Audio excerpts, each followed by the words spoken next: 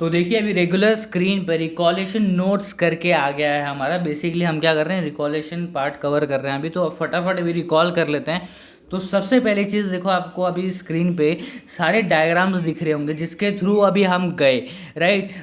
देखो सबसे पहले ये पहला जो डायग्राम था वो था कि अब तक कुछ हुआ नहीं है, दैट इज़ कंपेनियन सेल वगैरह ये पूरा इंट्रोड्यूस करा हुआ है। उसके बाद एनर्जी यूज़ हो रही है, बट अब तक फूड जो है वो ट्रांसपोर्ट हुआ नहीं है फ्लूइम में। उसके बाद अगला डायग्राम था हमारा कि जो फूड है वो ट्रांसपोर्ट हो चुका है, बट वहाँ पर अभी कॉन्सेंट्रेशन हाई हो चुका है वगैरह ये सब कुछ देखा। फिर वाटर इधर आ चुका है, और उसके बाद हाई प्रेशर क्रिएट होता है, फिर नीचे आता है लो प्रेशर में, और ये सारे डायग्राम। और फिर आखिर में स्किप करते हुए आ जाते हैं, तो आखिर में हमारा जो है वो पहुंच जाता है फाइनली, ओके, ऑस्मोसिस के थ्रू।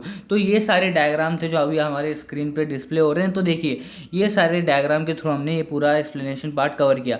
अब रिकॉलेशन नोट्स मतलब ये क्या है, ये बेसिक ऐसे पॉइंट्स हैं जिसके थ्रू आप शॉर्ट टाइम में ट्रांसलोकेशन का टॉपिक इजीली कवर कर सकते हो। तो ये इसमें हम बेसिकली क्या कर रहे हैं, भी रिकॉल कर रहे हैं। तो सबसे पहले हमने जो देखा था कि ट्रांसलोकेशन क्या है, okay, so the process in which food is transported to the other parts of the required part of the plant, okay, from the sufficient part of the plant, okay, from the sufficient part of the plant मतलब क्या है, एक ऐसा process जहाँ पर food जो है वो ट्रांसपोर्ट हो रहा है from the sufficient part of the plant to required part of the plant. Okay, ये था हमारा पहला पॉइंट जो हमने डायग्राम के थ्रू भी देखा।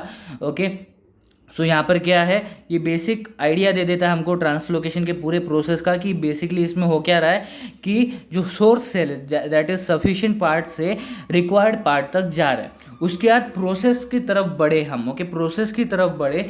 और सबसे पहला पॉइंट जो था प्रोसेस में, जैसे कि आप यहाँ पर देख सकते हैं प्रोसेस को हाईलाइट किया हुआ, और उसके बाद जो पहला पॉइंट था हमारा वो था फूड के बारे में हमने डिस्कस किया कि फूड को हम अल्टरनेटिव्स में क्या बोल सकते हैं, कि उसके अलग क्या है, मतलब अगर डीप स्पेसिफिकेशंस में जाए तो उसको और क्या बोल सकते हैं हम, फूड को अल्टरनेटिव क्या है। तो कई जगह पे इसको सुक्रोज बोला जाता है, तो कई जगह पे शुगर। तो ये तीनों ही वैलिड है। फूड की जगह पे आप सुक्रोज भी लिख सकते हो, शुगर भी लिख सकते हो। तो ये पहला पॉइंट हमने डिस्कस किया था प्रोसेस के इसमें। उसके बाद यही फूड, ओके, यही फूड हमने क्या देखा था कि is loaded into the sieve tubes of the phloem, okay, by using energy from ATP with the help of companion cell from the part of sufficient food. Okay, so जो हमने बात की स्टार्टिंग में, राइट, सफिशिएंट पार्ट से required part तक लेके जाना, तो यही पूरी प्रोसेस में देखा है हमने कि सफिशिएंट पार्ट से रिक्वायर्ड पार्ट में क्या हुआ, मतलब उसके बीच में उसके दौरान क्या हुआ। ओके, सो देखो ये जो हमारा पहला पॉइंट था प्रोसेस में, वो क्या बताता है हमको, the food is been loaded into the sieve tubes of the phloem by using energy from the ATP with the help of companion cell from the part of the sufficient food. मतलब sufficient food मतलब जो source cell है वहाँ से phloem में जाता है, phloem की सीव ट्यूब्स में जाता है एनर्जी यूज़ करके, और किसकी हेल्प से, कंपेनियन सेल के हेल्प से। तो ये था हमारा पहला पॉइंट। उसके बाद हमने दो टर्म देखे, दैट इज कंपेनियन सेल के बारे में देखा एंड सीव ट्यूब्स के बारे में देखा। तो सबसे पहले हमने सीव ट्यूब के बारे में देखा। तो सीव ट्यूब के बारे में हमने एक स्टेटमेंट देखा, that is the movement of food material through the phloem depends on the action of sieve tubes. Okay, so sieve tube के बारे में हमने ये देखा कि सीव ट्यूब है क्या basically and why it is important. So हम कह सकते हैं कि जो मूवमेंट है फूड मटेरियल का फ्लोएम में वो किसके ऊपर डिपेंडेंट है, सीव ट्यूब के एक्शंस के ऊपर। ओके, और उसके बाद हमने अगली चीज़ देखी, अगला पॉइंट जैसे कि आप देख सकते हैं, that is importance of companion cell. Okay, importance of companion cell.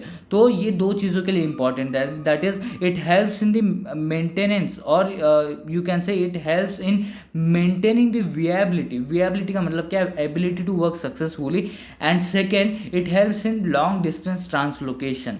Okay, so maintaining the viability मतलब इसके हिसाब से देखें तो क्या बोल सकते हैं हम, कि जो प्रोसेस हो रहा है कि फूड को मतलब जो फूड है सुक्रोज जिसको हमने देखा है यहाँ पर डायग्राम में, तो फूड को कंपेनियन सेल के मदद से क्या किया जा रहा है, एनर्जी से यूज़ करके फ्लूएम में भेजा जा रहा है। तो ये जो प्रोसेस हो रहा है सफिशिएंट पार्ट से, मतलब सोर्स सेल से एनर्जी यूज़ करके फ्लोएम में भेजना, तो ये सक्सेसफुली आसानी से हो जाए, इसीलिए कंपेनियन सेल इंपॉर्टेंट है। और फिर लॉन्ग डिस्टेंस ट्रांसलोकेशन,